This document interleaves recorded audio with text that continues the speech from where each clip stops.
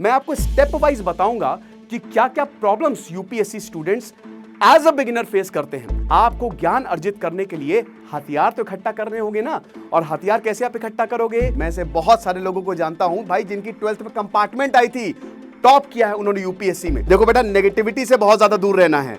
Negative लोग ना क्या करेंगे, तुम्हारी पूरी की पूरी एनर्जी खींच लेंगे। वो खुद तो कुछ कर नहीं पाए, तुमको भी कुछ नहीं करने देंगे। सक्सेसफुल लोग और अनसक्सेसफुल लोग में यही फर्क होता है बेटा।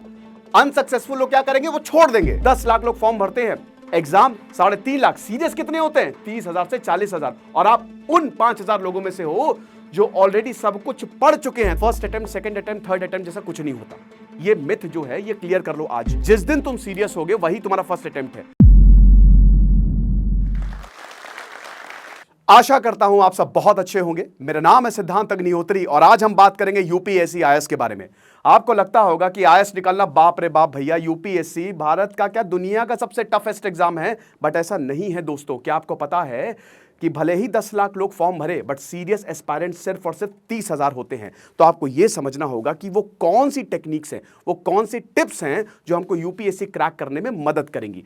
पहले मैं अपने बारे में बात करता हूं। आपने मुझे स्टडी ग्लोस पे देखा होगा, आपने मुझे स्टडी आईक्यू पे देखा होगा। मैंने 6 से 7,000 से लेक्चर्स लिए हैं, यूपीएससी की बात की है दोस्तों।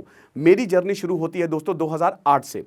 देखिए, हमारे पास थोड़ा सा पैसा कम था, तो बात यहां पे ज्ञान की थी। मुझे पता था कि अगर मुझे कोई बड़ा एग्जाम निकालना है या कुछ बनना है तो मुझे ज्ञान पे ही रिलाय करना होगा। तब मैंने किताब पढ़ने की आदत डाली और आज भी वो आदत जो है वो कायम है। B.R. अम्बेडकर कहते थे कि ज्ञान से आप पूरी दुनिया को चेंज कर सकते हो। 2014 में मैंने बीएससी किया, मैं सिल्वर मेडलिस्ट था। एमएससी किया, एमए इन हिस्ट्री किया, यूजीसी नेट रहा। यूपीएससी की तैयारी मैंने 2016 से की। बट उस दौरान मुझे यह पता चला कि भाई तैयारी करने से अच्छा तो मुझे पढ़ाने में आता है। मैंने बहुत सारे यूपीएससी स्टूडेंट्स को पढ़ाया जिन्होंने बहुत ही बढ़िया काम किया। और उसके बाद 2017 में मैंने एक ऑनलाइन प्लेटफॉर्म में अप्लाई किया और फिर वहां से ये पढ़ाई का सिलसिला जो है, ये पढ़ाने का सिलसिला जो है वो शुरू हो गया। 2021 में फिर मैंने अपनी फर्म खोली स्टडी ग्लोस, और अभी one of the fastest growing edtech company as well as channel है ऑन यूट्यूब फॉर यूपीएससी। तो अब हम बात करते हैं कुछ टिप्स के बारे में। देखिए, मैं यूपीएससी स्टूडेंट्स को पिछले 6 सालों से पढ़ा रहा हूं, तो मैंने कुछ चीजें नोट की हैं। यहां पे हम स्टूडेंट्स को 2 भाग में बांटेंगे। पहले वो जो बिगिनर्स हैं, मैं आपको स्टेप वाइज बताऊंगा कि क्या क्या problems UPSC students as a beginner face करते हैं। तो जो शुरुआत करते हैं, सबसे पहले स्टेप 1, ध्यान से सुनिएगा बेटा। स्टेप 1 आपको करना क्या है? सबसे पहले रिसर्च एंड स्टार्ट अर्ली। देखो बेटा, यूपीएससी को आपको 1 साल देना पड़ेगा, ये आप मानो। आप पढ़ रहे हो, आपको ज्ञान चाहिए। आईएएस एडमिनिस्ट्रेटिव सर्विस है, वो एडमिनिस्ट्रेट करता है। तो जब आप सर्विसेज में जाओगे, जब तक आपके पास ज्ञान नहीं होगा तब तक कोई फायदा नहीं है। तो सबसे पहले तो आपको ज्ञान अर्जित करने के लिए हथियार तो इकट्ठा करने होंगे ना, और हथियार कैसे आप इकट्ठा करोगे? Number 1, start early. जितनी जल्दी से जल्दी हो सके बेटा तैयारी करना शुरू कर दो। अगर आप बीए फर्स्ट ईयर में हो, तैयारी करना शुरू कर दो। बीएससी फर्स्ट ईयर में हो, तैयारी करना शुरू कर दो। And most important thing, research, that is also included in step 1। Research बहुत ज्यादा जरूरी है। जब भी आप यूपीएससी करने का सोचो कि मुझे आईएएस बनना है, तो प्रॉपर रिसर्च करो। अब रिसर्च में क्या क्या आएगा? उसका syllabus, papers, answer writing, toppers के इंटरव्यूज, जिन्होंने एग्जाम क्रैक किया है, और एक्सपीरियंस लोगों से बात करो। इसमें एक बहुत गड़बड़ चीज होती है बेटा, हमेशा बाबाओं से दूर रहना। बाबाओं से मैं क्या कहता हूं, मेरा मतलब ये है, बहुत लोग आपको ऐसे मिलेंगे जो आपको डीमोटिवेट कर देंगे कि अरे तुम क्या आईएएस निकालोगे, हमने तो 10 साल तैयारी की, हमारा तो निकला नहीं, तुम्हारे जैसे इंसान का निकलेगा। दोस्तों, ऐसा कुछ भी नहीं होता है, समझ लो। सेकंड डिविजनर, मैं से बहुत सारे लोगों को जानता हूं भाई जिनकी 12th में कंपार्टमेंट आई थी, टॉप किया है उन्होंने यूपीएससी में। तो ऐसे लोगों से आपको थोड़ा सा दूर रहना है, ठीक है? तो स्टेप 1 आपने सबसे पहले रिसर्च कर लिया, अर्ली स्टार्ट कर लिया। स्टेप 2 भैया, अर्ली स्टार्ट करने के बाद रिसोर्सेस। यस, देखो बेटा, किसी भी एग्जाम की तैयारी में आपको रिसोर्सेस की जरूरत होती है, ठीक है? जब आप युद्ध लड़ने जा रहे हो ना, आप ऐसे युद्ध में नहीं जाओगे। आप सबसे पहले यह देखोगे कि उस युद्ध में लगेगा क्या। तो एक बार जब आपने रिसर्च कर ली ना बेटा, तो आपको रिसोर्सेज की जरूरत पड़ेगी। तो वो रिसोर्सेज आपको इकट्ठा करने हैं। एक और चीज मैं बता दूं कि यूपीएससी में ना बहुत नहीं पढ़ना है। आपको पीएचडी नहीं करनी है, आपको उस एग्जाम को निकालना है। बहुत ज्यादा नॉलेज हो जाती है, लेकिन उस पूरी नॉलेज को आपको 250 वर्ड्स में समेटना है, और कई बार ये बहुत ज्यादा मुश्किल हो जाता है। समझ रहे हो? तो बिगिनर्स को सबसे पहले क्या करना है? Start early, research. सेकेंड क्या करना है? स्टेप 2, आपको रिसोर्स जो है वो इकट्ठा करने हैं। Step 3, what is step 3? Implementation. आपने सब कुछ कर लिया, आपने रिसर्च कर ली, आपके पास रिसोर्सेज है, और स्टेप 3 आएगा, अब आपको इंप्लीमेंट करना है। अब इंप्लीमेंटेशन में बेटा क्या आ जाएगा? सबसे पहले तो आपको एक प्रॉपर प्लान की जरूरत है। समझ रहे हो? आपके पास एक प्रॉपर प्लान होना चाहिए। अब प्रॉपर प्लान का मतलब यह नहीं है कि 1 महीना पढ़ेंगे उसके बाद फिर थोड़ा सा ब्रेक ले लेंगे। प्रॉपर प्लान का मतलब यह है बेटा कि आपको अपने टाइम को इफेक्टिव मैनेज करना है। सोशल मीडिया से कट ऑफ हो जाओ, फोन को कम से कम 7-8 महीने 1 साल के लिए दूर रख दो। हां, अगर आप उससे पढ़ाई कर रहे हो तब अलग बात है। डिस्ट्रैक्शंस को आपको पूरी तरीके से अवॉइड करना है। तो step 3 is very very crucial, क्योंकि यहां पे ही ज्यादातर बच्चे मात खा जाते हैं। लोग बातें बड़ी करेंगे, बच्चे कूद के आएंगे, लेकिन जहां पे इंप्लीमेंटेशन एग्जीक्यूशन की बारी आती है ना, वहां पे फिर प्रॉब्लम होने लगती है। तो आपको क्या करना है? सबसे पहले तो एक प्रॉपर प्लान बनाना है। वेल डिसिप्लिन्ड मैनर में आपको पढ़ाई करनी है। 8 घंटे की पढ़ाई आपको बेसिकली यूपीएससी के लिए चाहिए होती है। हालांकि कोई टाइम फिक्स नहीं है, ये आपके ऊपर डिपेंड करता है, बट क्योंकि सिलेबस बहुत ज्यादा वाइड है तो 7-8 घंटे की। अब देखो एक और चीज बता दूं बेटा, कि अब इसका मतलब ये नहीं कि यूपीएससी में पढ़ाई में हो तो पढ़ाई ही करते रहो। देखो यार, हम इंसान हैं, रोबोट्स नहीं है, हम आर्टिफिशियल इंटेलिजेंस नहीं है। समझ रहे हो? तो आपको क्या करना है? थोड़ा बहुत ब्रेक भी लेते रहो भैया। 24 घंटे में 8 घंटे आप पढ़ाई में दो, और 2-3 घंटे आप अपने लिए भी दे दो। थोड़ा सा घूमाओ, थोड़ा दोस्तों से बात कर लो। अगेन देखो बेटा, नेगेटिविटी से बहुत ज्यादा दूर रहना है। नेगेटिव लोग ना क्या करेंगे? तुम्हारी पूरी की पूरी एनर्जी खींच लेंगे। वो खुद तो कुछ कर नहीं पाए, तुमको भी कुछ नहीं करने देंगे। ज्यादातर टैलेंट इसी वजह से डूबता है। समझ रहे हो? याद रखना कि टैलेंटेड हो, हार्ड वर्किंग हो, लेकिन अगर आप हार्डवर्क पे स्टिक हो तो याद रखना बेटा, दुनिया की कोई ताकत तुमको नहीं हिला सकती। लेकिन होता क्या है? रिश्तेदार आएंगे, अरे ये आईएएस बनेंगे, इनसे तो 10th का एग्जाम नहीं निकला, फेलियर कहीं का। आटा भी लेने जाता था उसमें भी फेल हो जाता था, ये आईएएस निकालेंगे। ऐसे लोगों से बिल्कुल दूर रहो बेटा, वो सिर्फ और सिर्फ तुम्हारी एनर्जी को चूस लेंगे। तो always stay away from negative people, right? And the last thing, revision. देखो ये सबके लिए है, रिविजन और नोट्स। रिवीजन करने का तरीका क्या है? यूपीएससी के लिए मैं बता रहा हूं, इनफैक्ट आप सारे एग्जाम्स के लिए लागू कर सकते हो। देखो जो सबसे बेस्ट एक्सेप्टेड मेथड है, डेली, वीकली, मंथली। बेस्ट। जो भी पढ़ा बेटा तुमने, मंडे को मान लो तुमने 10 बजे से शुरू किया, पॉलिटी पढ़ना शुरू किया। अब 10 बजे से मान लो 5 बजे तक, बीच में ब्रेक्स भी लेते रहना। 10 बजे से 5 बजे तक तुमने पढ़ा, और शाम को 1 घंटा अपने रिवीजन के लिए दे दो, ठीक है ना? उसके बाद है मंगलवार, ट्यूसडे, फिर तुमने पढ़ा, 1 घंटा दिया तुमने शाम को, तो पिछला भी रिवाइज हो रहा है। ऐसे डेली तुमने रिवाइज कर लिया बहुत बढ़िया तरीके से। अब आया हफ्ते, संडे का दिन, संडे में घूमना नहीं है, 1 घंटा या 2 घंटा जरूर देने हैं, तो तुम्हारा डेली भी रिवाइज हो रहा है। तुमने वीकली भी सब रिवाइज कर लिया, और भैया मंथ एंड पे भी तुमने रिवाइज कर लिया। तो मुझे एक बात बताओ, अरे यूपीएससी क्या, तुम कोई भी एग्जाम लोगे ना वो सब निकल जाएगा। ये शानदार स्ट्रैटेजी है रिवीजन की। तो रिवीजन आपको ऐसे करना है। देन नोट्स, नोट्स बहुत इंपॉर्टेंट है। नोट्स आप क्रिस्प बनाइए, short points, bullet points use करिए, और नोट्स में ना प्रॉपर पेजेस यूज करिए, ठीक है? जगह छोड़िए। एग्जांपल के तौर पे मान लो आर्टिकल 21 से एक करंट अफेयर आता है, ठीक है? अब आप उस आर्टिकल 21 के करंट अफेयर को नोट डाउन करते हो। अब क्या पता 3 महीने बाद वो फिर आ गया, तो अब पेजेस अगर आप अलग अलग लगाओगे तो क्या होगा कि उसी करंट अफेयर को उसी के नीचे डाल दोगे, वरना क्या कॉपी पलटते रह जाओगे कि भैया गया कहां हमारा करंट अफेयर। इस तरीके से जो बिगिनर्स हैं उनको तैयारी करनी है, और बेटा बस मेरिट में आना ही है। ये 4 स्टेप्स मस्ट डू। इसमें सबसे बड़ी बात क्या है? जो नेगेटिव लोग हैं ना उनसे बिल्कुल दूर रहना, क्योंकि मैं जब मेरे पास स्टूडेंट्स आते हैं तो सबसे बड़ा कंसर्न पॉइंट उनका यही रहता है कि सर उन्होंने कह दिया मैं तो ये तैयारी छोड़ रहा हूं। डिमोटिवेट नहीं होना, ऑलवेज स्टे मोटिवेटेड। मैं आपको एक बहुत जबरदस्त चीज बताता हूं, सक्सेसफुल लोग और अनसक्सेसफुल लोग में यही फर्क होता है बेटा। अनसक्सेसफुल लोग क्या करेंगे? वो छोड़ देंगे। महात्मा गांधी का एग्जांपल ले लो, बी.आर. अंबेडकर का एग्जांपल ले लो। बी.आर. अंबेडकर को क्लास के बाहर रखा जाता था कि तुम पढ़ाई करोगे, चलो निकलो बाहर, पानिया नहीं छोड़ो, पढ़ाई भी, किताब भी तुमको छूने नहीं देंगे। उनका सेल्फ बिलीव देखो कि बाहर रह के भी वो पढ़ाई करते थे, उनको किसी से लेने ही देना नहीं था। महात्मा बुद्ध, गौतम बुद्ध को कितने लोगों ने बोला कि तुम क्या ज्ञान की प्राप्ति करोगे, अरे तुम्हारे बस की नहीं है। सबने मिलकर उनके ऊपर अटैक किया, बट आज देखो इतिहास गवाह है, कि बुद्धिज्म ने कितने लोगों की जिंदगी बदल दी। महात्मा गांधी जब वो भाई धोती और लाठी पहन के निकले, सबने बोला अरे ये देश को आजाद कराएगा, इसमें कहां कुछ है, कुछ नहीं है, बट सेल्फ बिलीव देखो कि उन्होंने पूरे भारत को बदल दिया। तो सेल्फ बिलीव बहुत ज्यादा इंपॉर्टेंट है, कभी भी किसी के कहे में मत आना। अब ये तो बात हो गई बिगिनर्स की। अब हम बात करते हैं उन लोगों की जो कई बार अटेम्प्ट दे चुके हैं। ठीक है, देखो कई बार ऐसा होता है बेटा कि तुमने अटेम्प्ट दिए, तुम्हारा नहीं हुआ सिलेक्शन, किसी वजह से नहीं हुआ। एक सिंपल सी चीज समझो, अगर मान लो कि किसी बच्चे के 5 मार्क्स आ रहे हैं, 5 मार्क्स ज्यादा आ रहे हैं इनफैक्ट, और तुम्हारे 5 मार्क्स कम आ रहे हैं। अब तुम्हारा 5 मार्क्स से नहीं हुआ तो इसका मतलब यह तो है नहीं कि तुम उससे कम या उससे ज्यादा बुद्धिमान हो, ऐसा तो है नहीं बेटा। कई बार ऐसा होता है कि कुछ चीजें हमारे फेवर में नहीं जाती हैं। वी हैव टू लर्न, याद रखना, कभी कभी हमको कुछ चीजें एज इट इज छोड़ देनी होती है। जो है सो है, आपको इस चीज पे बिलीव करना पड़ेगा। बेटा तुम वैसे ही बहुत लोगों से आगे हो, तुमने इतना कुछ ऑलरेडी पढ़ लिया है, बस थोड़ा सा उसको शेप देने की जरूरत है।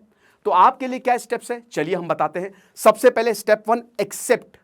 आपको यह एक्सेप्ट करना होगा कि चीजें हो गई हैं, अब we have to move on.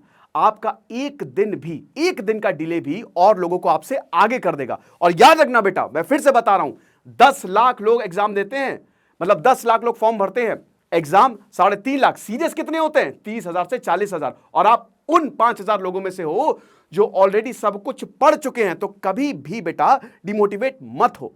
एक और चीज मैं बता दूं, बहुत बार बात होती है फर्स्ट अटेम्प्ट की, ये मैं बिगिनर्स और जो अटेम्प्ट दे रहे हैं उनकी भी बात कर रहा हूं। देखो पहली बात, first attempt, second attempt, third attempt जैसा कुछ नहीं होता। ये मिथ जो है ये क्लियर कर लो आज, और मैं ही क्लियर कर दे रहा हूं। जिस दिन तुम सीरियस होगे वही तुम्हारा फर्स्ट अटेम्प्ट है। तुम ऐसे ही जा रहे हो एग्जाम देने की, चलो ठीक है हम दे आएंगे, देख लेंगे कि एग्जाम में कैसा फील होता है, कैसा माहौल मिलता है, उससे क्या फायदा है, अपने अटेम्प्ट बर्बाद करके आ गए। कभी भी यूपीएससी में अगर अटेम्प्ट देना तो अच्छे से पढ़ के देना, प्रॉपर तैयार होकर देना, वरना अपने अटेम्प्ट वेस्ट मत करना। ओके, ये बिगिनर्स और जो बार बार हो ना उनके लिए भी मेरा ये सजेशन रहेगा। ठीक है, तो स्टेप 1 सबसे पहले तो you have to accept. Step 2, identify the mistakes. आपको अपनी गलतियों को आइडेंटिफाई करना होगा। देखो बेटा, तुमने बहुत पढ़ा है लेकिन कुछ सब्जेक्ट्स ऐसे होंगे, क्योंकि देखिए यूपीएससी अपनी मार्कशीट निकाल देता है, बता देता है तुम्हारे कितने मार्क्स आए हैं, तो कहीं ना कहीं तुमने गलतियां की होंगी। उसको देखो, वो कौन सी चीज है जहां पे तुमने गलतियां की है, वो कौन से पेपर्स हैं जहां पे तुम लैक किए हो, बिंगो हिट करो उस पे, लगातार उस पे काम करो। Step 3, current affairs are very important. याद रखना बेटा कि कई बार ऐसा होता है कि करंट अफेयर्स पे हम इतना ज्यादा फोकस नहीं कर पाते। जैसे मैंने कुछ स्टूडेंट से बात की, अब उनका अटेम्प्ट वो बार बार दिए जा रहे थे and they were very talented और बहुत ज्यादा मेहनती भी थे वो, बट स्टिल कहीं ना कहीं वो लैक कर रहे थे। अब जब हमने उनसे पूछा तो उनका बैलेंस बिगड़ा हुआ था। याद रखना कि पहले आपको स्टैटिक कवर करना पड़ेगा, पहले पूरा का पूरा स्टैटिक कवर करना पड़ेगा आपको। अब स्टैटिक कवर करने के बाद आप करंट अफेयर्स पे जाओगे, आपको करंट अफेयर्स के भी नोट्स बनाने होंगे। स्टैटिक कवर करने का मकसद क्या होता है बेटा, स्टैटिक ही मेन है। सपोज कि मान लो पॉलिटी में या हिस्ट्री, चलो हिस्ट्री का ही हम एग्जांपल ले रहे हैं, कि अगर मान लो कि बुद्धिज्म की कोई नई साइट डिस्कवर हुई, ठीक है, अब बेटा वो आ गया करंट अफेयर, लेकिन तुमने क्या किया, स्टैटिक पढ़ रखा है, पूरा बुद्धिज्म के बारे में पढ़ रखा है, तुम तुरंत कनेक्ट कर लोगे, राइट। तो ये बहुत ज्यादा जरूरी है कि करंट अफेयर्स पे थोड़ा सा फोकस और बढ़ाएं, क्योंकि देखिए चीजें वही आएंगी जो करंट में चल रही हैं, जो 1-1.5 साल में हो रहा है उसी को स्टैटिक में लपेट के आपके ऊपर फेंका जाएगा और आप उसको अच्छे से डील कर लोगे। ठीक है, ये चीज है। देन जो आपको नेक्स्ट स्टेप लेना है, the step 3, and it is very very crucial, add little bit. भैया देखो, सोने पे सुहागा बोलते हैं ना, हम सबको पता है और ज्यादातर टीचर्स आपको यही बताएंगे कि रिसोर्सेज लिमिटेड है, बिल्कुल लिमिटेड है। पॉलिटी के लिए आप एम लक्ष्मीकांत पढ़ोगे, हिस्ट्री के लिए आप स्पेक्ट्रम पढ़ोगे, जाहिर सी बात है भाई, इन्वायरमेंट के लिए आप शंकर आयस नोट्स पढ़ोगे, तो रिसोर्सेज लिमिटेड है। इकोनॉमी के लिए आप रमेश सिंह पढ़ोगे, संजीव वर्मा पढ़ोगे। लेकिन कई बार क्या होता है कि अगर थोड़ा सा आप ऐड कर दो ना, मजा आ जाती है। थोड़ा सा ऐड करो, तुमने अटेम्प्ट दिए, तुम्हारा सब तैयार है, तुमने सारी किताबें पढ़ रखी है, अरे तो क्या हो गया अगर तुम कुछ और किताबें पढ़ लोगे तो? क्या हो गया अगर तुमने प्लेसी टू पार्टीशन पढ़ ली तो? क्यों? क्या हो गया अगर तुमने बिपिन चंद्रा पढ़ ली तो? क्या हो गया अगर तुमने important acts and judgement by Alex Andrew George वो पढ़ ली तो? इससे पता है क्या होगा, तुम जब आंसर लिखोगे ना, वो सारी चीजें तुम कोट कर सकते हो, जो तुम्हारी एडेड नॉलेज है कई बार बोला जाता अरे ये मत पढ़ो यूपीएससी में नहीं है, अरे ये मत पढ़ो। बेटा डायरेक्टली इनडायरेक्टली सबकॉन्शियसली वो सारा का सारा ज्ञान तुम्हारे दिमाग में जा रहा है, और जब तुम आंसर लिखोगे ना वो सारा ज्ञान वहां पे जाएगा। इन्विजिलेटर तुमको नहीं पहचानता है, वो तुम्हारी कॉपी से तुमको जज करेगा कि तुम कितने पानी में हो, तुम क्या ये एग्जाम निकाल पाओगे, क्या तुम ऑफिसर बनने के लायक हो कि नहीं हो, और उसमें तुम्हारी यही ज्ञान तुम्हारे काम आएगा। तो याद रखना, एक अच्छा ज्ञान, एक बढ़िया ज्ञान लो और हर फील्ड का ज्ञान लो, थोड़ी बहुत चीजें ऐड करो। Last step is practice, practice and practice.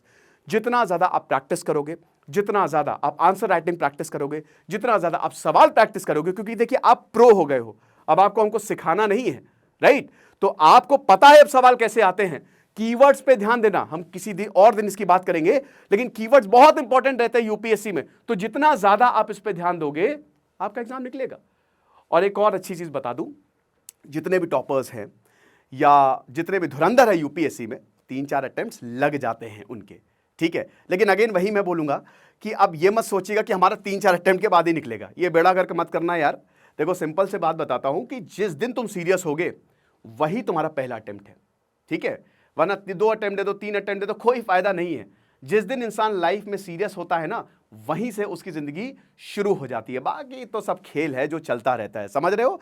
तो ये 2 इंपॉर्टेंट टिप्स। लास्ट में मैं एक चीज बोलना चाहूंगा बेटा, यूपीएससी एक टफ एग्जाम है, बट एक बहुत ही फन एग्जाम है। कैसे? तुम एक बात बताओ, तुम इस एग्जाम की तैयारी कर रहे हो, पहली बात तो तुम अपने आप को दुनिया का सबसे लकी इंसान मान लो। तुमको ज्ञान मिलने वाला है, दुनिया भर का ज्ञान, और इस दुनिया में ज्ञानियों की ही इज्जत होती है, ज्ञान ही इस दुनिया में पूजे जाते हैं। तो तुमको दुनिया भर का ज्ञान, पॉलिटी से लेकर हिस्ट्री से लेकर, ये कितनी बढ़िया चीज है। तुम इससे डरते क्यों हो? लोग आंसर राइटिंग से डरते हैं, सर हम तो आंसर राइटिंग। अरे यार एक बात बताओ, पहली क्लास से लेकर जब से तुमने पूरा पोस्ट ग्रेजुएशन किया है, तुम आंसर राइटिंग ही तो करते आ रहे हो। वहां पे क्वेश्चन देते हैं, आंसर लिखते हो, क्या उनसे मल्टीपल चॉइस क्वेश्चंस आते हैं? आंसर राइटिंग ही तो कर रहे हो कि नहीं कर रहे हो? तो डरना क्या है यार, डरो नहीं। एक चीज और मैं बताना चाहता हूं, optional, optional way is very very important. देखो यूपीएससी में 2 चीज आपकी मेरिट बनाती है, एक ऑप्शनल और एक एस्से। ऑप्शनल जल्दी से जल्दी डिसाइड कर लेना, ये बिगिनर्स के लिए भी है, स्पेशली बिगिनर्स के लिए, क्योंकि देखिए जो अटेम्प्ट दे रहे हैं उनको तो अच्छी खासी सेल्फ रियलाइजेशन उनको। दूसरा तरीका ये है कि उसकी हिस्ट्री देख लो कि उसमें कितने बढ़िया मार्क्स आए। सपोज आपको इकोनॉमी बड़ा अच्छा लगता है, आपने सोचा कि इकोनॉमी जो है वो बहुत बढ़िया है, और इकोनॉमी जो है मस्त मजे से, मुझे तो भैया बड़ा अच्छा लगता है जीडीपी, और जैसे ही पढ़ने बैठे डब्बा गोल। तो बेटा ये चीज ध्यान देनी होगी, क्योंकि तुमको ये समझना है, तुमको ये एग्जाम निकालना है, तुमको पीएचडी नहीं करना है। तुम इकोनॉमी बाद में पढ़ लेना है एग्जाम निकाल के यार। तो कई बार आपको हिस्ट्री भी देखनी होती है कि कौन से सब्जेक्ट के, कौन से ऑप्शनल सब्जेक्ट के कितने मार्क्स आ रहे हैं, ठीक है। एक इसमें एडेड एडवांटेज होता है। देखो मैं पर्सनली एडवाइस करता हूं कि आप वो ऑप्शनल चुनो जो आपका ग्रेजुएशन में सब्जेक्ट रहा हो। अब इसका मतलब ये नहीं कि सर मेरा मैथ्स फिजिक्स ग्रेजुएशन में था, मजा आ गई, अच्छा 3 बार फेल हुए थे लेकिन हम यही लेंगे, उससे कोई मतलब नहीं है बेटा। देखो ग्रेजुएशन में जब तुम्हारा सब्जेक्ट होता है, जो सब्जेक्ट होता है ना, अगर तुम उसको अच्छे से पढ़ रहे हो, इसमें भी देखो एक चीज ये है कि कितना इन डेप्थ तुमने पढ़ा है, तो वो तुम्हारी बहुत ज्यादा मदद करता है, तुम्हारी आधी से ज्यादा प्रॉब्लम सॉल्व हो जाती है, ठीक है। तो ये कुछ चीजें थी यूपीएससी एस्पायरेंट के लिए। मैं आशा करता हूं कि आपको ये सारी चीजें समझ में आई होगी। और यार क्या है, यूपीएससी जो है ना, समझ लो कि एक जबरदस्त जॉब है, और डरो नहीं इससे। एक और चीज लास्ट, कई लोग इसको, इस एग्जाम को ना बहुत ज्यादा दिल पे ले लेते हैं। इसको एग्जाम की तरह ही ट्रीट करो भाई, ये एग्जाम है, ऐसा ना हो कि ये एग्जाम तुम्हारे ऊपर हावी हो जाए। एग्जाम है, बहुत अच्छे से पढ़ाई कर रहे हो, तुम ज्ञानी बन रहे हो, अगर ये नहीं निकला तो बहुत कुछ है लाइफ में करने को। याद रखना, ये तुम्हारा ज्ञान जो है ना, ये पूरी जिंदगी काम आएगा। तो इस कथन से मैं इसको समाप्त करना चाहूंगा। Thank you so much. Hello aspirants, हम में से बहुतों का सपना है आईएएस ऑफिसर बनना, लेकिन ये जर्नी बहुत महंगी है, और इसीलिए बहुत एस्पिरेंट्स ने हमें रिक्वेस्ट किया कि क्या हम एस्पिरेंट्स को हेल्प कर सकते हैं फाइनेंशियली उनकी जर्नी में। तो इसीलिए जोश टॉक्स ने कांटेक्ट किया एमके यादव सर को। एमके यादव सर यूपीएससी के बहुत ही फेमस टीचर हैं जो दिल्ली में पढ़ाते हैं। उनकी एक बहुत फेमस स्टूडेंट रितिका मैम ने 2018 में AIR 88 हासिल किया। उनके और बहुत से स्टूडेंट्स ने जोश टॉक्स दिया है जो कुछ ही टाइम में रिलीज होगा। तो हमने एम के यादव सर को कांटेक्ट किया और रिक्वेस्ट किया कि जोश की फैमिली के लिए वो एक बहुत ही बड़ा डिस्काउंट दे पाएं, क्योंकि अभी प्रीलिम्स 2023 भी आने वाला है। हमें बहुत ही खुशी है कि सर ने जोश की टीम को इसमें सपोर्ट किया है। अब सर अपने हर कोर्स को जोश की फैमिली के लिए 20% ऑफ पर दे रहे हैं।